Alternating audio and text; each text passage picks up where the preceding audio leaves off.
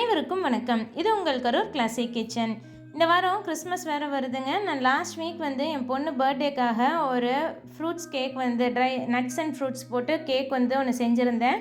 இந்த ரெசிபி 40 வருஷம் பழமையான ரெசிபி. எப்படிங்கிறத நான் டீட்டெயிலாக வீடியோவில் சொல்கிறேன். ஸ்கிப் பண்ணாமல் பாருங்கள். வாங்க வீடியோக்குள்ளே போகலாம்.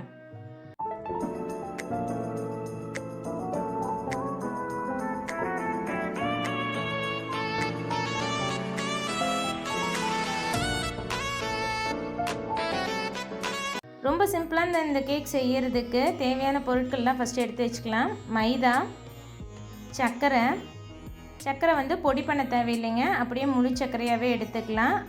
முட்டை ரூம் டெம்பரேச்சரில் இருக்கணும்.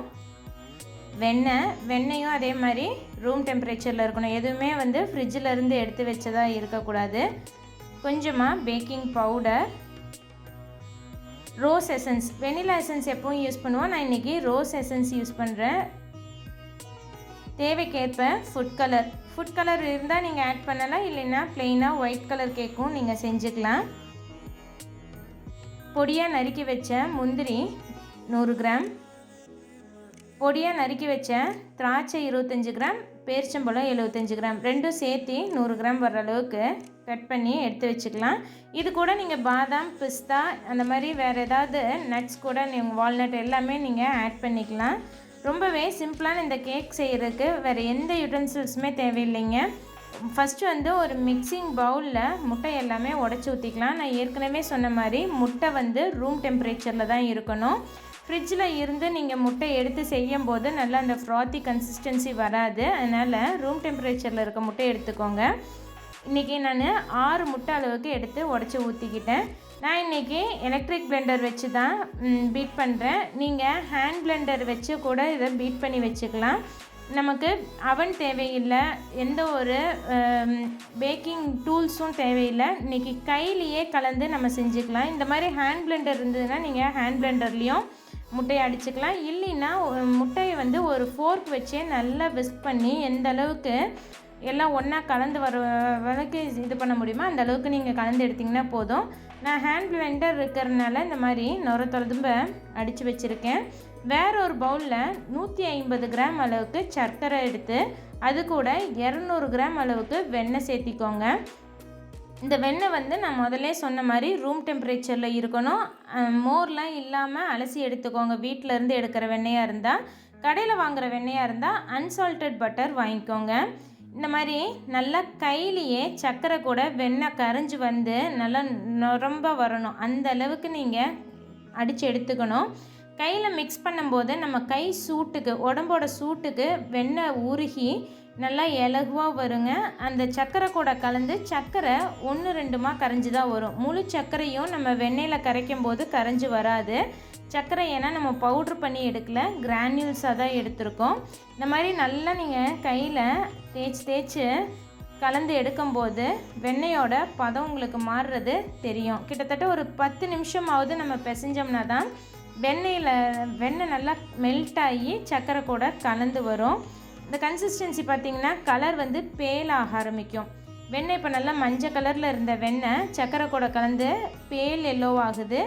இன்னும் கொஞ்சம் நேரம் நீங்கள் இதை அப்படியே கலந்தீங்கன்னா அதுக்கப்புறம் நல்லாவே ஒரு லைட்டர் கலருக்கு வரும். இங்கே பாருங்கள், நல்லா இப்போ நுரைச்சி வர்ற மாதிரி வருது. இந்த பதத்துக்கு சர்க்கரையும் வெண்ணெயும் கரைச்சி எடுத்துக்கலாம்.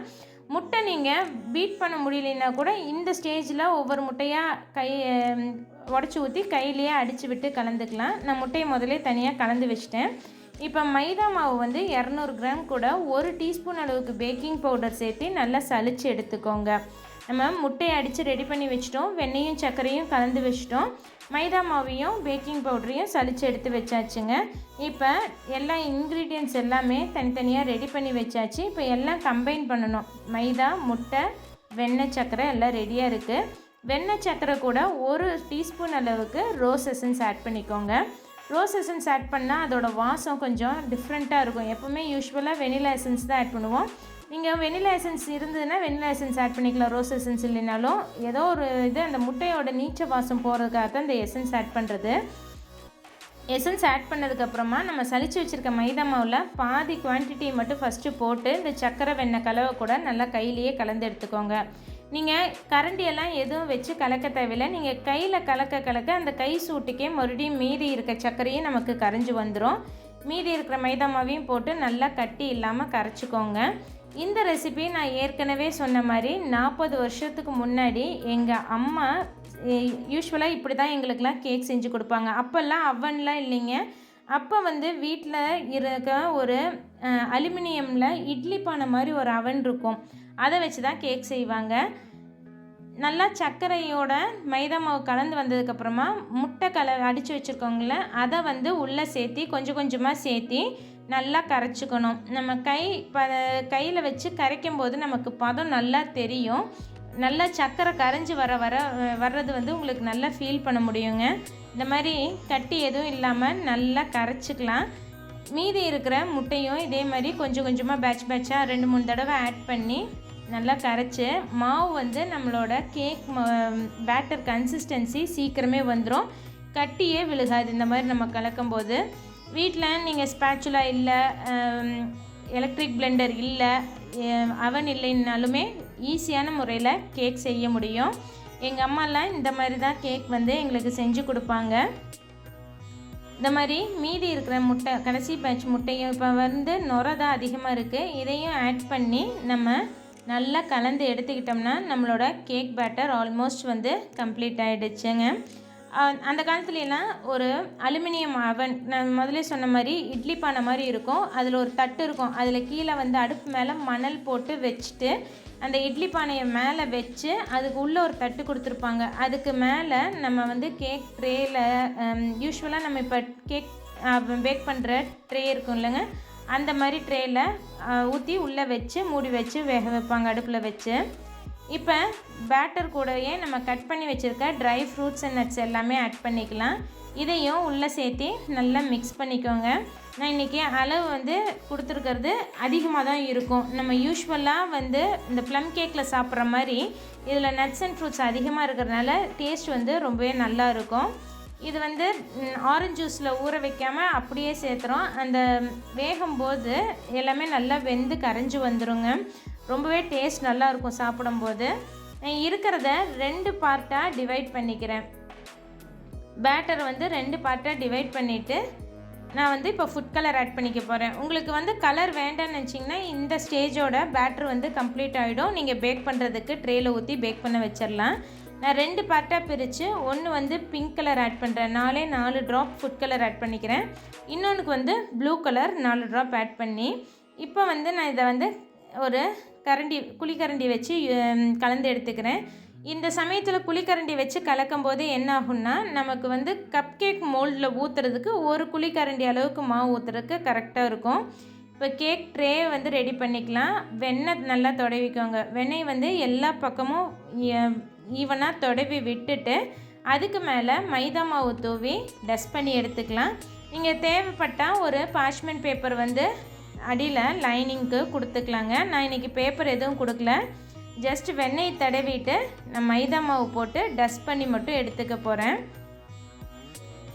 இந்த கேக்கில் மற்ற கேக்கு நம்ம யூஸ்வலாக செய்கிற கேக்கோட முட்டையோட குவான்டிட்டி அதிகமாக இருக்கிறதுனால நல்லா ஃப்ளஃபியாக வரும். நம்ம கையிலையே கரைச்சதுனால முட்டை ரொம்ப ஃப்ராத்தியாக தனியாக ஒயிட் தனியாக எல்லோ தனியாக கலக்காமல் எல்லாம் ஒன்றா சேர்த்து தான் கலந்துருக்கோம். அதனால் முட்டை அளவு அதிகமாக இருக்கிறதுனால கேக் நல்லாவே சாஃப்டாக வரும். கேக் டின்னில் நம்ம கலந்து வச்சுருக்க பேட்டரை ஆட் பண்ணிக்கலாம். எப்போவுமே போட்டுட்டு நம்ம ஸ்பேச்சுலா வச்சு சரி பண்ணாமல் இந்த மாதிரி டேப் பண்ணி மாவு சமம் பண்ணிக்கணும். அதே மாதிரி கேக் டின்னை இந்த மாதிரி சுற்றி விட்டு தட்டி எடுக்கும்போது உள்ளே இருக்க ஏர் பபிள்ஸ்லாம் ரிலீஸ் ஆகிடும். 3/4 அளவுக்கு மட்டும் பேட்ரு ஃபில் பண்ணுங்கள். ரைஸ் ஆகி வரும்போது கரெக்டாக இருக்கும். இதை அவனில் வைக்கலாம், இல்லைன்னா நீங்கள் அடுப்புலேயும் வச்சுக்கலாம். அடுப்பில் வைக்கிற மாதிரி இருந்தால் இந்த மாதிரி ஒரு பேன் எடுத்துக்கோங்க, இல்லைன்னா ப்ரெஷர் பேன் கூட எடுத்துக்கலாம். அடியில் உப்பு இல்லைன்னா மணல் சேர்த்து நல்லா பரப்பி விட்டுருங்க.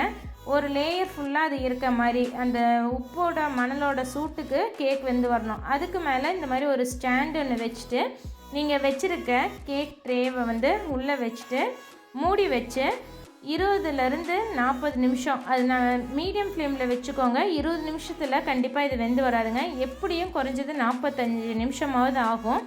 அது வந்து இந்த ஓட்டை இருக்குன்னா அந்த ஓட்டை வழியாக ரொம்ப ஸ்டீம் வெளியே போகிற மாதிரி இருந்தால் அதை வந்து அடைச்சி வச்சுக்கோங்க ஒரு துணி வச்சு.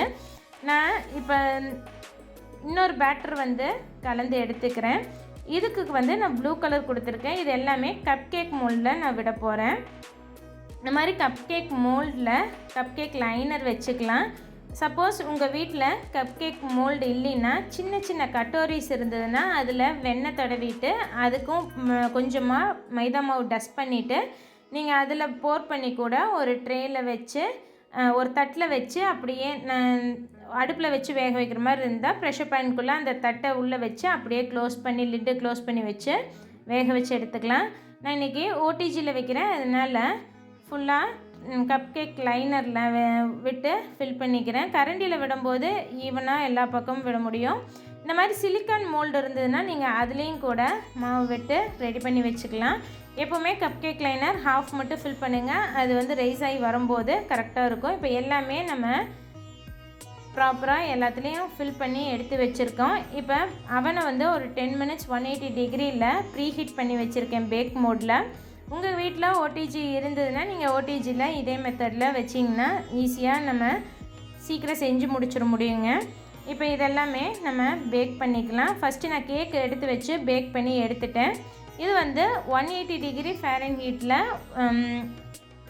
ஒரு 45 மினிட்ஸ்லேருந்து 50 மினிட்ஸ் கிட்ட ஆச்சுங்க. பேக் மோடில் எடுத்து நல்லா ரெஸ்டிங் டைம் கொடுத்து ஆற விட்டுருங்க. ஆறுனதுக்கப்புறம் ஒரு கத்தி வச்சு இந்த மாதிரி சைட்ஸ் எல்லாம் ஸ்க்ராப் பண்ணி விட்டுட்டு அதுக்கப்புறமா நீங்கள் டில்ட் பண்ணிங்கன்னா கேக் ஈஸியாக நமக்கு அன்மோல்ட் ஆகிடும். இந்த மாதிரி ஒரு 2 தடவை தட்டிட்டு நீங்கள் எடுக்கும்போது ஈஸியாக ட்ரே விட்டு கேக் வந்து நமக்கு அன்மோல்ட் ஆகி வந்துடும். நம்ம போட்ட ஃப்ரூட்ஸ் எல்லாம் பாருங்கள் நல்லா தெரியுது. இந்த கேக் பார்த்திங்கன்னா அவுட்டர் லேயர் பூரா கிறிஸ்பியாகவும் உள்ளே நல்லா சாஃப்டாகவும் இருக்கும். இது கொஞ்சம் நேரம் ஆறட்டும். நான் அடுத்த பேட்ச் வந்து கேக் இப்போ இந்த ட்ரேயில் இருந்த கேக் வந்து நான் பேக் பண்ணி எடுத்துட்டேன். அடுத்த பேட்ச் நான் வந்து கப் கேக் லைனர்ஸ் எல்லாமே உள்ள ஓடிஜியில் வச்சுருக்கேன். கப் கேக் வந்து 20 மினிட்ஸ் வச்சிங்கனாவே நமக்கு நல்லா வெந்து வந்துடுங்க. அதே மாதிரி கப் கேக் வைக்கும்போது ஓடிஜியில் ஒரு 10 மினிட்ஸ்க்கு அப்புறம் ரிவர்ஸ் பண்ணி ட்ரேவை மாற்றி வைங்க. அப்போ தான் எல்லா பக்கமும் ஈவனாக வெந்து வரும். சிலிக்கான் மோல்டில் இருக்க கப் கேக் ஈஸியாக நமக்கு வந்து டிமோல்ட் ஆகிடுங்க. கப் கேக்லேயும் பார்த்தா உங்களுக்கு தெரியும், அடியிலையும் மேலேயும் கலராகவும் உள்ளெல்லாம் நல்லா சாஃப்டாக இருக்கும். இந்த கேக் வந்து கடையில் எங்கேயுமே கிடைக்காது, ஆனால் வீட்டில் செய்யும்போது அவ்வளோ ஒரு டேஸ்ட்டாக இருக்கும். குழந்தைங்கள்லேருந்து பெரியவங்க வந்து விரும்பி சாப்பிடுவாங்க. ஐசிங்லாம் பண்ணவே தேவையில்லைங்க. இதில் வந்து சுகர் நம்ம யூஸ்வலாக கடையில் வாங்குகிற டீ கேக்கோட இதில் வந்து சுகர் கண்டென்ட் அதிகமாக இருக்கும். நான் முதலே சொன்ன மாதிரி மேலே ஒரு லேயர் வந்து கிறிஸ்பியாகவும் உள்ளே இருக்கிறதெல்லாம் சாஃப்டாக இருக்கும். நான் உங்களுக்கு கட் பண்ணி காமிக்கிறேன் பாருங்கள். சூப்பர் ஈஸியான இந்த கேக்கை நீங்களும் இந்த கிறிஸ்மஸ்க்கு ட்ரை பண்ணி பார்த்துட்டு எப்படி வந்திருக்குங்கிறத மறக்காமல் எனக்கு கமெண்ட் பண்ணுங்கள். அவன் இல்லை, நமக்கு வந்து ஸ்பேச்சுலா இந்த விப்பிங் பண்ணுறதுக்கெல்லாம் நமக்கு டூல்ஸ் இல்லைன்னு நினச்சா வீட்லேயே இருக்கக்கூடிய ஜாமானுங்கள் வச்சு ஈஸியாக சிம்பிளாக அதே சமயம் டேஸ்டான கேக் செய்ய முடியும். வீடியோ பிடிச்சிருந்ததுன்னா லைக் பண்ணிவிட்டு கமெண்ட் பண்ணுங்கள். உங்கள் ஃப்ரெண்ட்ஸ்க்கும் இந்த வீடியோவை ஷேர் பண்ணுங்கள். இது வரைக்கும் எங்கள் சேனலுக்கு சப்ஸ்கிரைப் பண்ணாமல் பார்த்துட்டு இருந்தீங்கன்னா சப்ஸ்கிரைப் பண்ணிவிட்டு கூடவே பக்கத்தில் இருக்க பெல் ஐக்கான் கிளிக் பண்ணி வச்சுக்கோங்க. அப்போ தான் நான் போடுற எல்லா வீடியோஸும் உங்களுக்கு நோட்டிஃபிகேஷன்ஸாக வரும். தேங்க்ஸ் ஃபார் வாட்சிங்.